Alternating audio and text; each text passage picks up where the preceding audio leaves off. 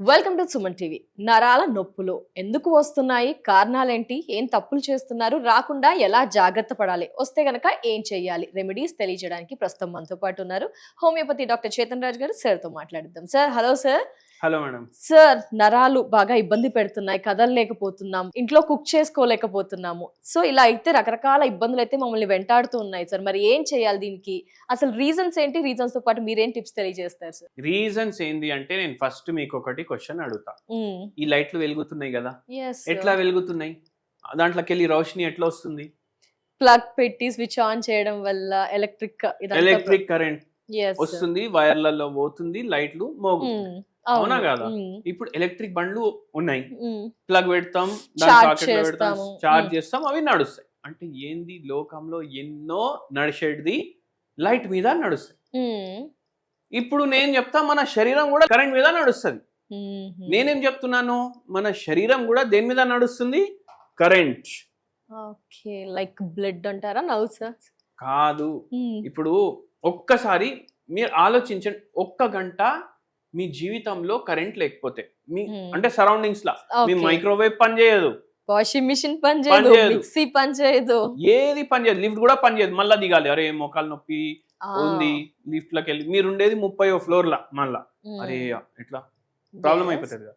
అది గంటకే, మొత్తం రోజుకి ఎంత ప్రాబ్లం తలుచుకుంటేనే భయంగా ఉంది. అయితే ఇప్పుడు నేనేం చెప్తా అంటే, మన శరీరం నడిచేది కరెంట్ మీద. ఇప్పుడు మీ బాడీలోనే కరెంట్ లేదనుకోండి, దాని అర్థమైంది ఫినిష్ పని, అసలు ఏం పని జరగదు, అసలు ముందుకు కదలదు. కాదు, మన శరీరంలోనే లేదు కరెంట్ అంటే ఏంటంటే మనం ఇంకా వెళ్ళిపోయినాం అట్లా.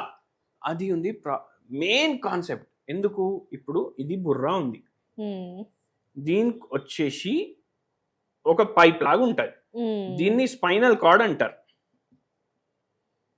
Spinal cord, okay. ఇది స్పైనల్ కార్డ్, ఇది బ్రెయిన్. ఇప్పుడు దీన్ని చెప్తారు సెంట్రల్ నర్వస్ సిస్టమ్, అంటే నరాల సిస్టమ్. ఏమైతుంది, ఇది మెడ భాగం, ఇది వీపు భాగం, ఇది నడుము భాగం, 3 భాగాలు. ఓకేనా? ఇది మెడ భాగంలో మీకు ఈ నరం దబాయించిపోయింది అనుకోండి. ఎట్లా దబాయించిపోతుంది, ఇక్కడ బొక్కలు ఉంటాయి, ఇవి ఖరాబ్ అవుతాయి, ఇక్కడ బొక్కలు ఉంటాయి కదా, అవి ఖరాబ్ అయిపోయి ఇట్లా రగడాయించుకుంటాయి. ఒక మోకాలు నొప్పులు వీడియోలో కూడా ఎక్స్ప్లెయిన్ చేసిన నేను. అయితే అట్లా రబ్ చేసుకుంటే ఏమైతుంది, ఈ స్పైనల్ కార్డ్ కూడా లాక్కుంటా రబ్ చేసుకుంటాయి. అప్పుడే పోయి ఈ స్పైనల్ కార్డ్ ఏదైతే ఉంటది దాని మీద ప్రెషర్ వేసి దాన్ని ఇట్లా తయారు చేస్తాయి, జరా డ్యామేజ్ చేస్తాయి. ఇప్పుడు మన శరీరం దేని మీద నడుస్తుంది? కరెంట్ మీద. దీంట్లో రక్తం పోతలేదు, కరెంటే పోతుంది. రక్తం పోవట్లేదు, కరెంటే పోతుంది. ఈడికెళ్ళి నరాలు మీ చేతికి సప్లై చేస్తాయి, ఇక్కడ మీ చేతులు ఉంటాయి, దీనికి సప్లై చేస్తాయి కరెంట్.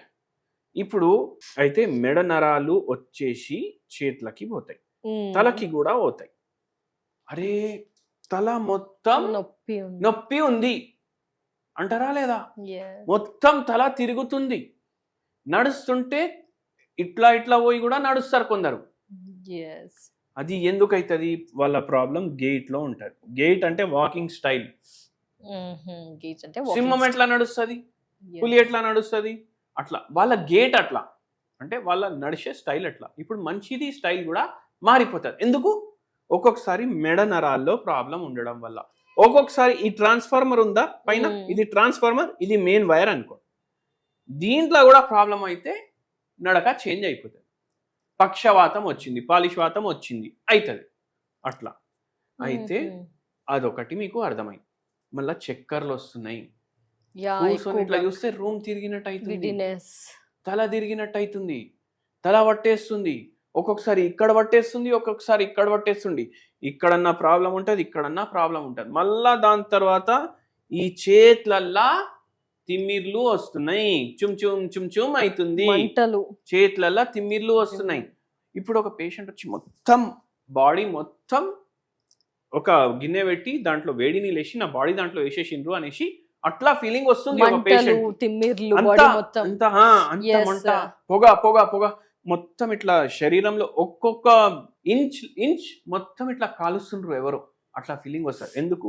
ఇక్కడ ప్రాబ్లం ఉండడం వల్ల, ఇక్కడ ప్రాబ్లం ఉండడం వల్ల, ఇక్కడ ప్రాబ్లం ఉండడం వల్ల. మళ్ళీ దాని తర్వాత ఇది ఈ భాగం ఇది అయితే ఈడికెళ్ళి కిందికి కాళ్ళు ఉంటాయి. ఈ కాళ్లకు ఇక్కడ నుంచి నరాలు సప్లై అవుతాయి.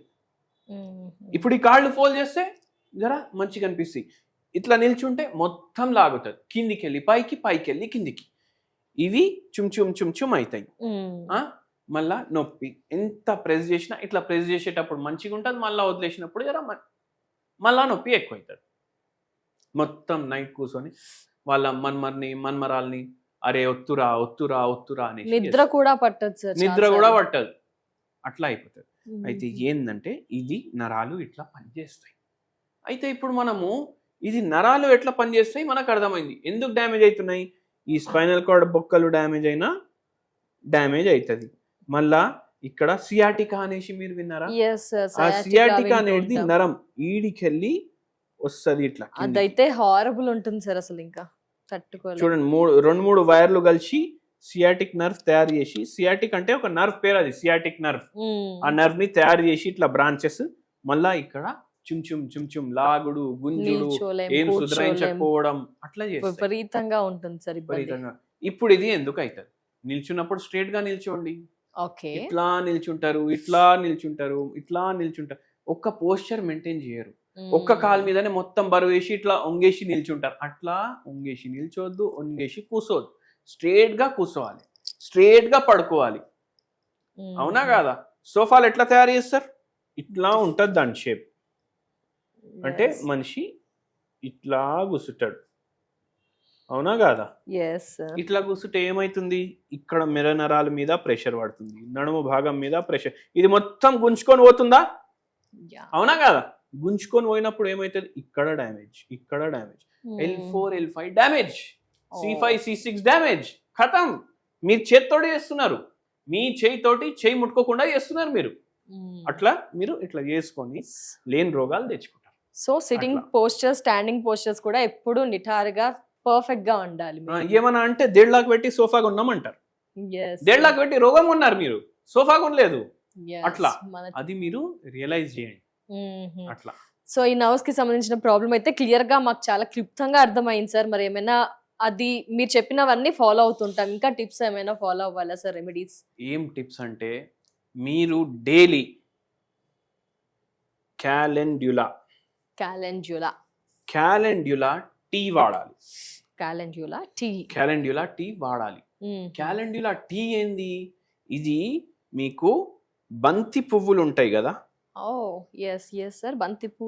బంతి పువ్వుతోటి ఇది తయారు చేస్తారు. ఎట్లా తయారు చేయాలి?